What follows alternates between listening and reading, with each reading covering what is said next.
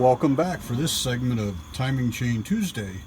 So I've got the engine torn down as completely as I want. I got everything all cleaned up. All the surfaces are, I went over with a razor blade and a little emery to get them as smooth as possible.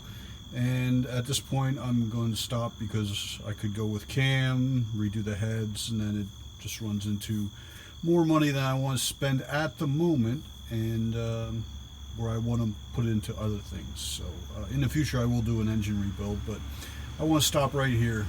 So I just want to share one little item that I like to use on the engines. Many of them didn't come with it, but some did, and if you search on eBay you can find the parts out there. But the cam, where it comes in, there's a plate that goes over here, and I'll show you in a few seconds, called the thrust plate, and it holds the camshaft in, so when it's turning on the distributor it doesn't walk itself out. So out of these four holes, this guy right here actually goes into the galley. So the oil coming down into the galley there will drain back into the block, but can also drain through that hole because it's open.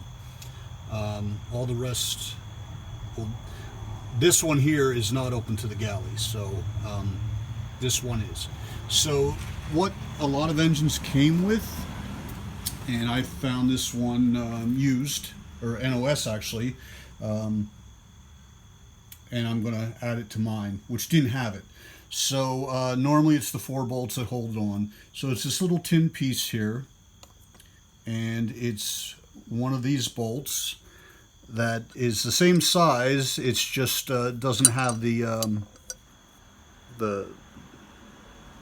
raised part on it. But the key is it has a 1/8 inch hole drilled all the way through it. So when you replace this one goes here where the galley can feed its oil through.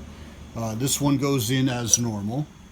This one comes out, and this one goes in as normal. And what happens is there's a little tab right here, and that goes into here, into that hole, and this regular one comes with it. So now what happens is, okay, so normally when you're making turns, stopping, starting, oil's going to get sloshed around in there. It's going to end up coming out through the pan or whatever. It's going to get out to the chain somehow. But if you're on the highway, cruising on the flat ground, or you're idling, there's no sloshing of the oil. So you're not going to get oil to the chain as much. So I don't know how many extra miles you'll get out of it, but I just like to add it just as an extra help to make my chain last longer.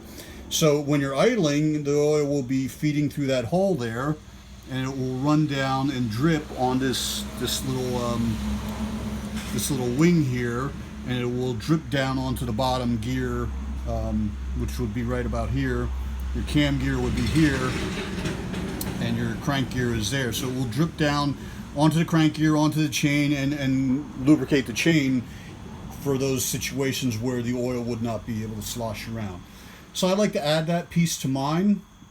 It's not necessary. A lot of engines come without it, and nowadays they actually make the tensioner. I think it might have an oiler built in with it that feeds oil, that somehow gets oil. I'm not 100% sure about how the new tensioners work, but they do seem to have a little tab that is supposed to drip oil.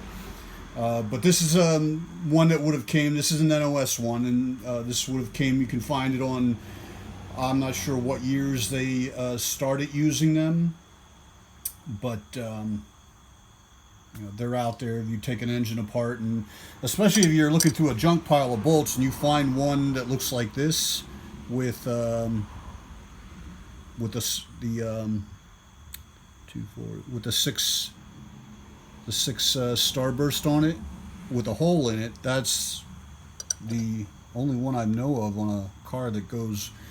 That's the one for that. So always grab those if you see them. Don't toss them out. And then this tab, it could probably be bent up out of sheet metal. It's not like super highly engineered. It's just a bent up piece of probably like 20 gauge metal.